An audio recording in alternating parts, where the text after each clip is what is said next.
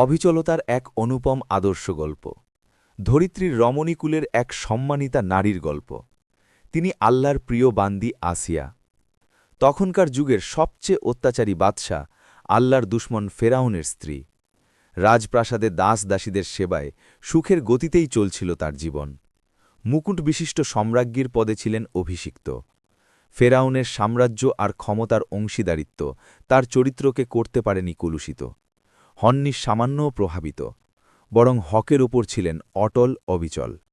কারণ আল্লাহ তাকে ঈমানী আলো দিয়ে পথ দেখিয়েছেন। তিনিই ছিলেন অত্যাচারী ফেরাউনের কবলে থেকেও মুসা আলাইহিসসালামের বেঁচে থাকার উসিলা। ফেরাউনের সৈন্যরা তাকে সাগর থেকে কুড়িয়ে নিয়ে এলে আসিয়া আলাইহিসসালাম দেখেন নূরের জ্যোতিতে জ্বলজ্বল করছে একটি চেহারা। আল্লাহ কুরআনে তুলে ধরেছেন সেই ঘটনা। ফেরাউনের স্ত্রী বলল, এ শিশু আমার ও তোমার নয়নমণি, তাকে হত্যা করো না। এ আমাদের উপকারে আসতে পারে, অথবা আমরা তাকে পুত্র করে নিতে পারি। প্রকৃতপক্ষে পরিণাম সম্পর্কে তাদের কোনো খবর ছিল না। সূরা কাসাস 9। পরবর্তী সময় নানা ঘটনা পরম্পরা শেষে মুসা আলাইহিসসালাম নবুয়ত লাভ করেন। তারপর একত্ববাদের দাওয়াত দিতে শুরু করেন। তারে দাওয়াতে রাজপ্রাসাদের পরিচারিকা তার ওপর ঈমান আনে। এ পর্যায়ে ফেরাউন ইসলাম ও রাজপরিচারিকার ঈমান গ্রহণের কথা জানতে পারল। রাজপরিচারিকা তাকে চ্যালেঞ্জ করে বলল, আমার ও তোমার রব একমাত্র আল্লাহ। ফেরাউন একথা শুনে তাকে তার বাচ্চা কাচ্চা সহ আগুনে নিক্ষেপ করার নির্দেশ দিল। কিছুদিন পর ফেরাউন তার স্ত্রী আসিয়া আলাইহিসসালামের ইসলাম গ্রহণের সংবাদ পেল। সে রাগে আর ক্ষোভে তাকে কঠিন শাস্তির প্রতিজ্ঞা করল। এ অহংকারী নিজেকে রব আর মানুষের প্রতিপালক মনে করত। সে এই নিকৃষ্ট ধারণার বশীভূত হয়ে বলত, আমিই তোমাদের সেরা রব। নাউজুবিল্লাহ। আল্লাহ সব ধরনের অংশীদারিত্ব থেকে পবিত্র, তিনি একক, চিরন্তন এক সত্তা। তারপর ফেরাউন সব মানুষকে একত্রিত করে স্ত্রী আসিয়া আলাইহিসসালাম সম্পর্কে তাদের মতামত জানতে চাইল। সবাই তার প্রশংসা করল। তখন ফেরাউন বলল, সে তো আমাকে ছেড়ে অন্য রবের উপাসনা করে। তারা বলল, তাহলে তাকে হত্যা করে ফেলেন। মুহূর্তেই পরিবর্তন করে ফেলল তারা নিজেদের মতামত। আশ্চর্য তাদের এ অসুস্থ হৃদয়, আশ্চর্য তাদের দ্বৈত নীতি। ফেরাউন তার সৈন্য সামন্তকে আদেশ দিলে তারা বিবি আসিয়াকে শক্তভাবে হাত পা বেঁধে উত্তপ্ত সূর্যের নিচে ফেলে রাখে। ফেরাউন তখন পিঠে বড় একটি পাথরখণ্ড রাখতে আদেশ করে।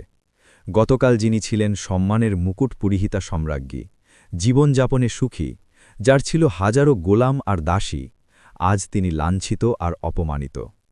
পিঠে পাথরখণ্ড রাখার আগে তিনি আকাশের দিকে চোখ তুলে তাকিয়ে আল্লাহকে উদ্দেশ্য করে বললেন, মালিক, জান্নাতে তোমার কাছে আমার জন্য একটি ঘর বানিয়ে দাও। সূরা তাহরিম 11। সেদিন অপমান আর লাঞ্ছনার কোনো পরোয়া ছিল না তার। কামনা ছিল একটাই, প্রভুর সান্নিধ্য। ওরা তার পিঠে পাথর রাখার আগেই নিজ চোখে জান্নাতে তার জন্য নির্মিত ঘর দেখে দেখে প্রভুর সান্নিধ্যে চলে যান। আর ওরা পাথর নিক্ষেপ করে প্রাণহীন এক নিথর দেহে। তার নিখাদ ঈমান আর প্রভুপ্রেমের এ অনুপম ঘটনা আল কোরআনে আল্লাহ তুলে ধরেছেন অত্যন্ত হৃদয় ছোঁয়া ভঙ্গিতে। আল্লাহ মুমিনদের জন্য ফেরাউনের পত্নীর দৃষ্টান্ত বর্ণনা করেছেন।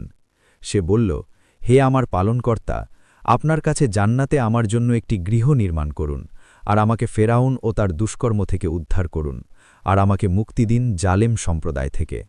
সূরা তাহরিম 11। আসিয়া আলাইহিসসালাম কঠিন শাস্তির মুখোমুখি হয়েও অবিচলতার অনুপম দৃষ্টান্ত দেখিয়ে অবশেষে সফলতার মুখ দেখলেন। তিনি সত্যের আলো পেয়েছিলেন, তাই একক সত্তা আল্লাহকে নিজের রব হিসাবে বিশ্বাস রেখেই তার ডাকে সাড়া দিয়েছেন। তিনি আল্লাহ বিশ্বাসী ছিলেন। তার স্বামীর কুফর তার কোনো ক্ষতি করতে পারেনি, বরং তিনি সত্য জেনে তার ওপর অটল থেকেছেন। আল্লাহ তাকে কঠিন পরিস্থিতিতে ধৈর্য ধরে সত্যের ওপর টিকে থাকার অনুপম এক উপমা বানিয়েছেন। আল্লাহর ওপর বিশ্বাস ও তার একক সত্তার ওপর ঈমান নিয়ে টিকে থাকার আদর্শ দৃষ্টান্ত হলেন তিনি। পুরস্কার হিসাবে তাকে জান্নাতে একটি ঘর দেওয়া হয়েছে। নবী করিম সাল্লাল্লাহু আলাইহি ওয়াসাল্লাম বলেন, পুরুষদের মধ্যে অনেকেই কামেল হয়েছে, আর মহিলাদের মধ্যে শুধু আসিয়া আর মরিয়াম বিনতে ইমরান। আর আয়েশার রাদিয়াল্লাহুর মর্যাদা তো এমন, সারিদের মর্যাদা অন্য সব খাবারের ওপর যেমন। সাহাইসা বুখারী। মহিয়সী রমণী আসিয়া আলাইহিসসালাম আল্লাহর প্রদত্ত পুরস্কারের প্রতি বিবেচনা করলে দেখবেন সত্যের ওপর অটল অবিচল ছিলেন এমন এক সময় যখন তিনি উপভোগ্য সব বস্তুর মালিক। অথচ আমরা অবহেলা আর অমনোযোগে আল্লাহর কত ফরজ বিধান ছেড়ে দিই। ইমানের জন্য কঠিন চ্যালেঞ্জ নেওয়া তো দূরের কথা, ইমানের সাধারণ পরিচয়ও দিতে পারি না অনেক ক্ষেত্রেই। এরকম আরও ইসলামিক ইতিহাস জানতে চ্যানেলটি সাবস্ক্রাইব করুন।